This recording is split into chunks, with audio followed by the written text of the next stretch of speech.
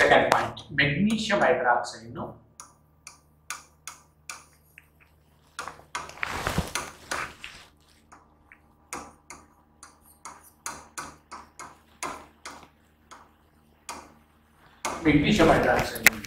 MgOH taken twice. MgOH taken twice.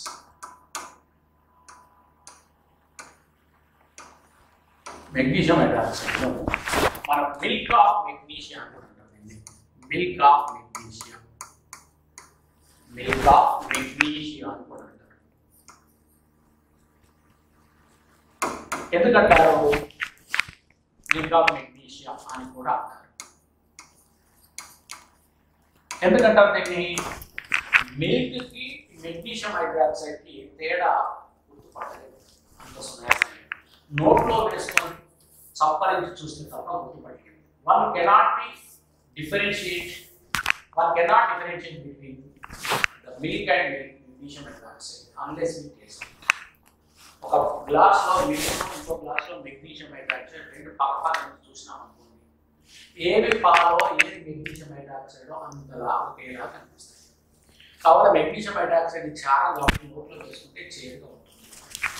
Milk చక్కెర వేయకపోయినా కొంతవరకు తీపిగా ఉంటుంది. కాబట్టి రెండు పక్క ఉంటే గుర్తుపట్టలేదు. మిల్క్ ఆఫ్ మెగ్నీషియం కూడా అంటారు. థర్డ్ పాయింట్ వచ్చేసి కాల్షియం హైడ్రాక్సైడ్ ని మనం తడి సున్నం అని కూడా అంటాం. కాల్షియం హైడ్రాక్సైడ్ ను తడి సున్నం అని కూడా అంటాం.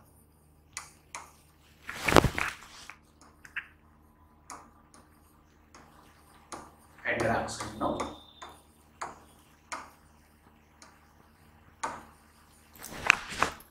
తడి సున్నం అని కూడా అంటాం. Calcium hydroxide COH taken twice.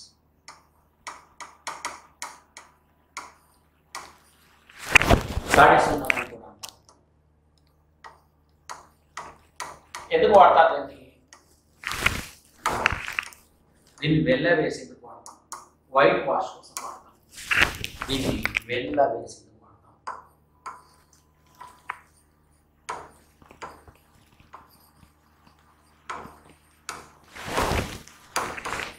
వెల్ల వేయడం ఉపయోగిస్తాం.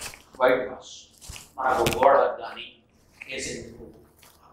సాధారణంగా సున్నప్రాలు బయట ముడత రాళ్ళగా ఉంటాయి.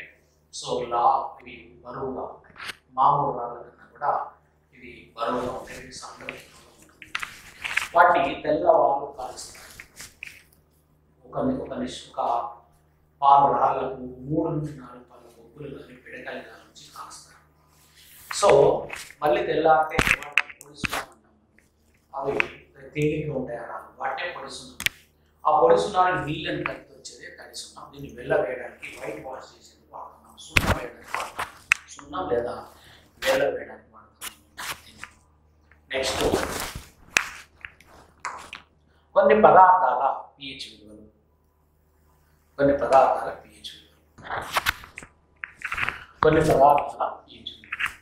నిమ్మరసం మరి pH విలువ 2 నుండి 2.2 నుండి 2.4 వరకు ఉంటుందండి. 2.2 నుండి 2.4 వరకు ఉంటుంది. 2.2 నుండి 2.4 వరకు ఉంటుంది. నిమ్మరసం 2.4 వరకు ఉంటుంది. మరి ఇది ఆమ్లం అవుతుందా, క్షారం అవుతుందా, అంటే 7 కంటే తక్కువ ఉంది కాబట్టి ఇది ఆమ్లం అవుతుంది.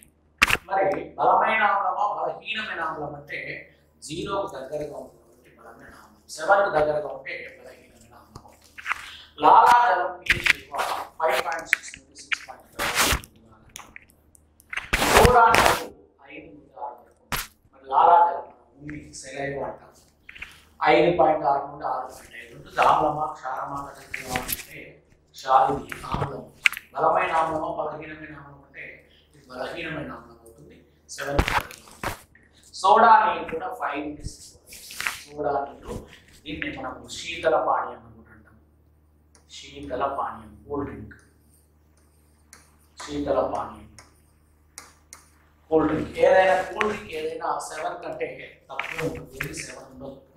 7 అంటే నీరు, 7 అంటే టేస్ట్ ఉండదు, చప్పగా ఉంది అంటే 7 అంటే టేస్ట్ ఉండదు, నీరు రంగు వాసన ఉండదు.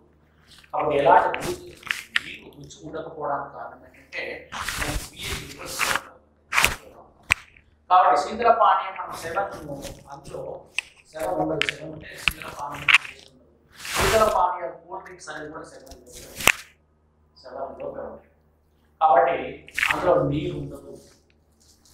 అలాగే మనం ఏం తీసుకున్నా 7 మీద తక్కువ ఉంటుంది. అందులో నీరు ఉండదు. కొన్ని కెమికల్స్ ఆడిటివ్స్ కలుపుతారు. అలాగే మనకు మాజాలో మామిడి పదార్థం అందులో ఇంకా పెస్టిసైడ్స్ కలుపుతారు. కొన్ని ఫ్లేవర్స్ మాత్రం కలుపుతారు టేస్ట్ కోసం. ఎందుకంటే మనకు మామిడి పళ్ళు ఇప్పుడు బాగా దొరుకుతాయి. ఎండాకాలంలో బాగా దొరుకుతుంది. 30-40 రూపాయలకే కరోనా వల్ల ఈ ఆర్థిక సంక్షోభం వచ్చి రైతుల తక్కువ ధరకు 20-30 రూపాయలకి కిలో మంచి మంచి మామిడి పళ్ళు అమ్ముతున్నారు. మరి ఇలాంటిది మరి మనకు నచ్చిన మంచి మామిడి పళ్ళు తీసుకొని ఒక కూల్ డ్రింక్ లేదా ఒక సీసాలో ఒక బాటిల్లో భద్రపరిచి కొంచెం మూత మూసి ఫ్రిడ్జ్లో పెట్టామనుకోండి. ఫ్రిడ్జ్లో పెట్టి నెల రోజుల తర్వాత చూసినామనుకోండి కంపు కొడుతుంది.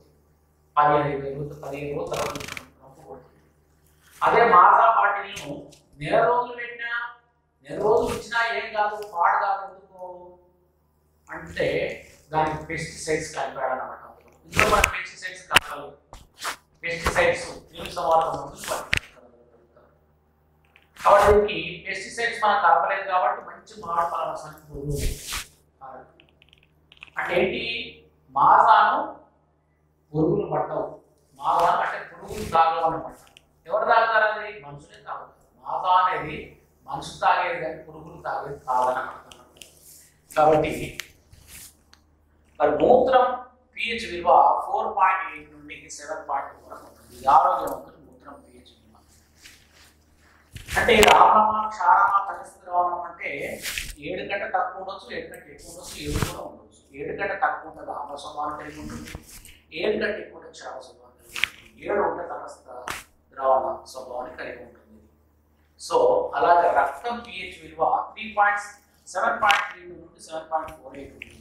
మరి ఇది ఆమ్లమా క్షారమా తటస్థ ద్రావణం అంటే ఇది మరి క్షారం అవుతుంది. బలమైన ఆమ్లమా బలహీనమైన క్షారం అంటే బలమైన క్షారమా బలహీనమైన క్షారం అంటే బలహీనమైన క్షారం 7 గంటల్లో ఉంటుంది. సాధారణ వర్షం pH విలువ ఎంత ఉంటుందంటే 5.6 కన్నా ఎక్కువ ఉంటుంది. సో మరి 5.6 కన్నా ఎక్కువ ఉంటే 5.6, 5.7, 5.8 ఉంటుంది. ఏ వర్షానికి 7 ఉండదు, ఉండాలి కానీ ఉండదు. మరి 5.6 కంటే ఎక్కువ ఉంటే ఎలాంటి సమస్య ఉండదు. 5.6 కంటే తక్కువ ఉన్నప్పుడే దాన్ని ఆమ్ల వర్షంగా పరిగణిస్తాం. ఆమ్ల వర్షం 5.7 కన్నా తక్కువగా ఉంటుంది. అలాగే నీరు 7 ఉంటుంది. అలాగే భూమి pH విలువ 7.7 నుండి 8.4 వరకు ఉంటుంది. భూమి pH విలువ 7.7 నుండి 8.4 మనకు వర్షం పడుతున్నప్పుడు సాధారణ వర్షం 5.6 ఉంటుంది. నేలకు చేరకపోతే మనకు నీటి వర్షం పట్టామనుకోండి, వర్షం పడితే ఏమవుతుంది, అది ఆమ్ల స్వభావం కలిగి ఉంటుంది. కాబట్టి 5.6 మాత్రమే ఉంటుంది. మరి 5.6 తగిన తర్వాత భూమి pH విలువ 7 నుండి 8.4 వరకు ఉంటుంది. 8.4 మరి నీరు వర్షపు నీరు భూమి చేరిన తర్వాత ఏమవుతుంది, వర్షపు నీరు 5.6 ఉంటుంది. నేల మట్టి ఇది 8.4 వరకు ఉంటుంది. వర్షపు నీరు pH విలువ కనీసం 5.6 ఉంటుంది. వర్షపు నీరు మరి భూమి pH విలువ మట్టి pH విలువ 8.4 ఉంటుంది. సగటు ఎంత 5.6 + 8.4/2 అంటే 4 + 6 10 అవుతుంది. క్యారీ ఆన్ 1 9 + 5 14 అవుతుంది. 14.0/2 ఎంత వస్తుంది, 7 వస్తుంది. అంటే మనం వర్షం నీరు భూమి చేరకముందే మనం ఒడిసిపట్టినట్లయితే చేతితో అది 5.6 నేలపై పడిన తర్వాత నేలలో ఉన్నటువంటి మట్టితో అది రసాయనిక చర్య జరిపి 7. మరి 5.6 కంటే ఎక్కువ ఉన్నప్పుడు ఎలాంటి ప్రమాదం ఉంటుంది, 5.6 కంటే తక్కువ ఉన్నప్పుడే దాన్ని ఆమ్ల వర్షంగా పరిగణిస్తాం. ఎందుకంటే దానికి గాఢత పెరిగింది. ఈ ఆమ్ల వర్షం మొక్కలపైన కానీ మనుషులపైన పడినప్పుడు, జంతువులపైన పడినప్పుడు అతీవ్ర ప్రభావానికి గురి చేస్తుంది. మొక్కలపై పడినప్పుడు ముడత రోగాలు, పోలియో, జంతువులపై మానవులపై పడినప్పుడు జన్మ వ్యాధులు లాంటివి సంభవిస్తాయి. ఆమ్ల వర్షం. మరి ఆమ్ల వర్షానికి ప్రధానమైనటువంటి కారణాలు ఏంటి? ఆమ్ల వర్షం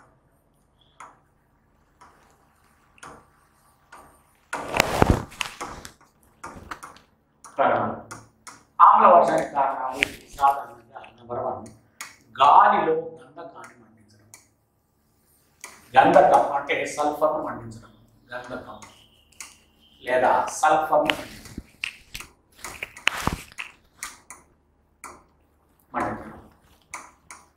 మండించడం ఇది ఆమ్ల వర్షానికి కారణం. సల్ఫర్లో sulphur plus oxygen O2 is give sulphur dioxide విడుదలవుతుంది. ఇది కారణం. సెకండ్ వన్ SO2 ఇది గాల్లో ఉన్నటువంటి నీటితో రసాయనిక చర్య జరుగుతుంది. అప్పుడేమవుతుంది? H2SO4 ఏర్పడుతుంది. సల్ఫ్యూరిక్ ఆమ్లం ఇది కూడా ఒక కారణం. H2SO4 గాల్లో వాతావరణంలో కొంతవరకు నీరు 1.4% నీటి యాభై గాలిలో ఉంటుంది. అలాగే నైట్రస్ ఆక్సైడ్ వదలడం వల్ల కూడా నైట్రస్ ఆక్సైడ్ కూడా ఒక కారణం. Oxide N2O. So nitrous oxide ఇంకా నైట్రస్ ఆక్సైడ్ గాల్లో ఉన్నటువంటి నీటి ఆవిరితో రసాయనిక చర్య జరిగినట్లయితే హెచ్ఎల్ఓ కాబట్టి ఇది కూడా ఆమ్ల వర్షానికి కారణం. కాబట్టి ఆమ్ల వర్షానికి కారణం ఏంటి? ముఖ్యంగా sulphur dioxide, H2SO4, nitrous oxide మరి HNO ఇవన్నీ కూడా కారణం ఉంటాయి. కాబట్టి ఆమ్ల వర్షానికి ముఖ్యమైన కారణాలు ఆమ్ల వర్షానికి